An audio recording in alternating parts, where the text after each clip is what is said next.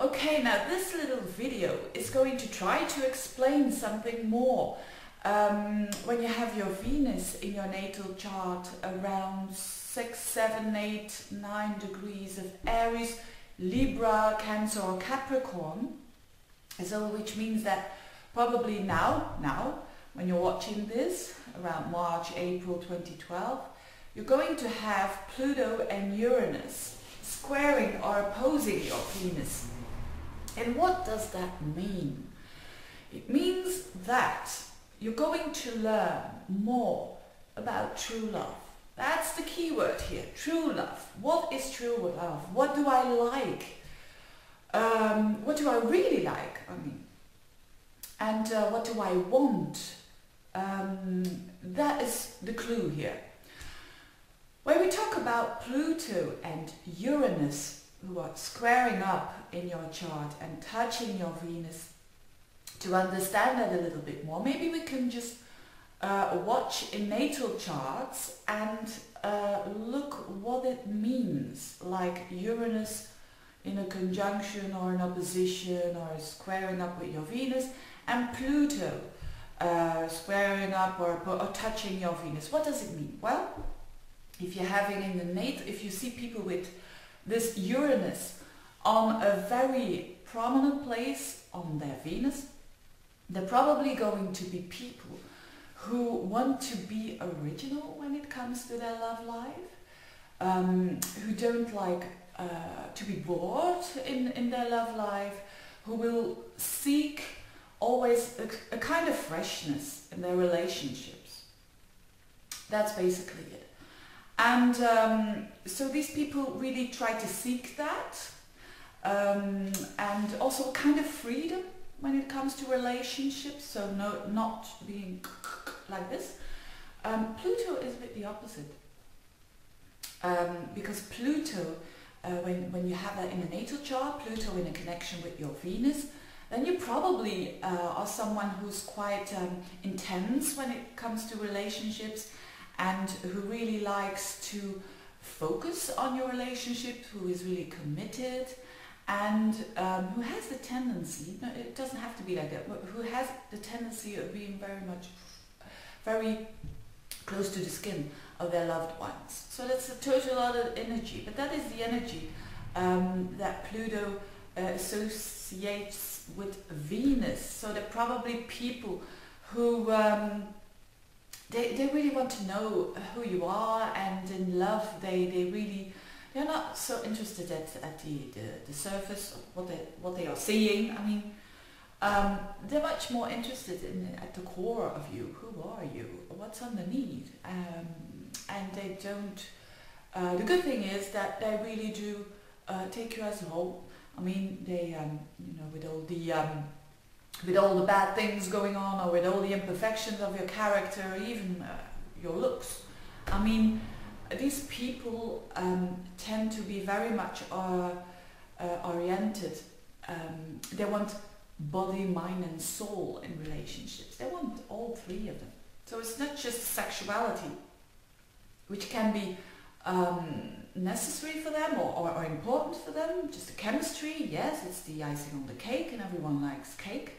But it's more than that. It's just they want love relationships on all three levels, because otherwise they're just not, they don't feel like they're alive. So they must have all three in one, and that is what they seek. So if this is what it represents in a natal chart, and you're having this transit, Pluto and Uranus, the planet of freedom and excitement and freshness, and the planet of transformation, I've got to tell. Pluto on your Venus really means that you're really going to transform thanks to your love relationships. So they really help you with transforming yourself. And these two ingredients on your Venus in a transit really means that there's going to be a change, whether you have a relationship or not. So let's start with if you're in a relationship. If you're in a serious relationship, maybe if you're saying my relationship has been flat for a time, then this transit, this Pluto and Uranus on your Venus, is really going to shake it up. It's not going to be business as usual. I mean, why do I say business when it comes to love? But I mean, it's going to change. Your relationship is going to change. So Pluto-Uranus is about change, Venus is about love. So your relationship has to transform anyway. You can't go on like you did. So people, sometimes they think, oh, is this going to be the end of my relationship? It could be, but it isn't necessarily so, because especially Pluto, that is a planet that brings up everything onto the surface. So suddenly, maybe you're having a relationship of more than 10 years, and all of a sudden things come to the surface that you can't cope with it anymore. You have to deal with it, you have to face it. Otherwise, it's impossible to continue. So, of course, this can mean that your relationship goes into a transformation, and it transforms into something better, because you will learn something when it comes to love. That's what Pluto-Uranus does. And Uranus wants to free us up. So if you're in a relationship that you're not feeling true about the relationship, you can't be yourself, or it's not feeling right, then probably it won't last. But I think in most of the cases there's just an adjustment going on. So let's say you have your Venus, let's start with Aries. You have your Venus in Aries.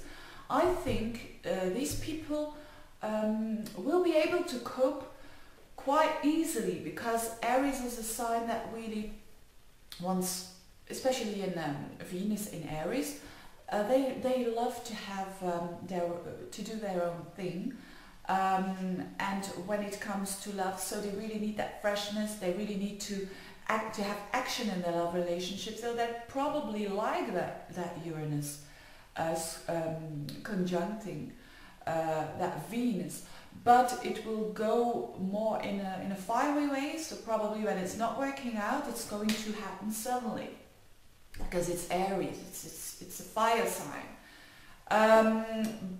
So Venus in Aries doesn't like boring relationships anyway. I mean, not that other signs do like it, but they really don't feel well when things are going very slowly and smoothly, and they want some action.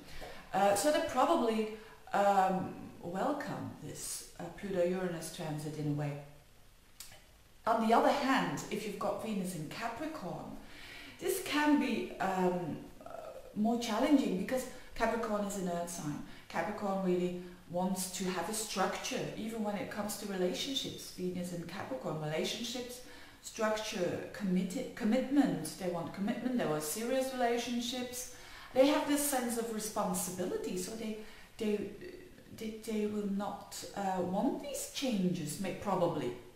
When we look at Venus in Libra, Libra is it is in its own sign. Venus in Libra is very much about the balance, and very much about talk, and very sociable.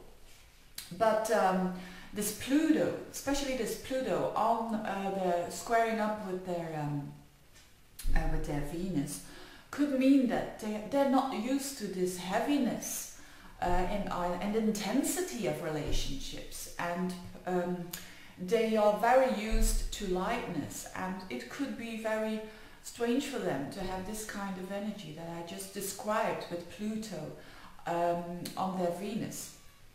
If we have Venus in Cancer, this is a water sign, which can probably cope better with the Pluto energy, but it is a water sign, so it's quite emotional.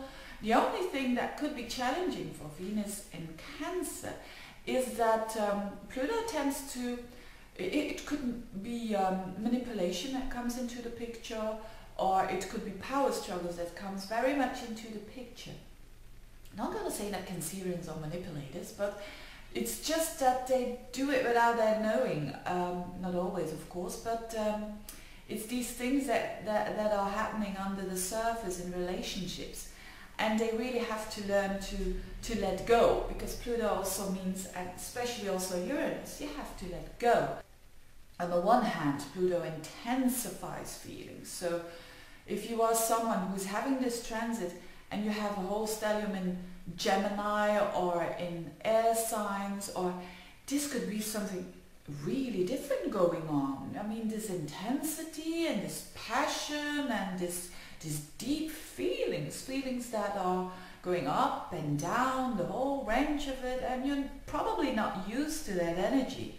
But it means that you really need this kind of thing going on in your relationship just to grow. So you will be surprised when you are, let's say, when you are single and you have this transit, you're probably going to have a relationship that is characterized, that has a characteristic that is quite intense and quite passionate, and maybe you'll say, "Ooh, I mean, this intensity, this is really, ooh, I'm so fascinated by this person," or "I'm almost obsessed by this person," or you just don't have a little eye on someone. I mean, you will have an eye on someone with Pluto aspecting your Venus, and that can be a whole new experience and a deepening of your feelings. And also that Uranus, that freshness, that excitement that can make that you really feel alive, and feelings that you never had before.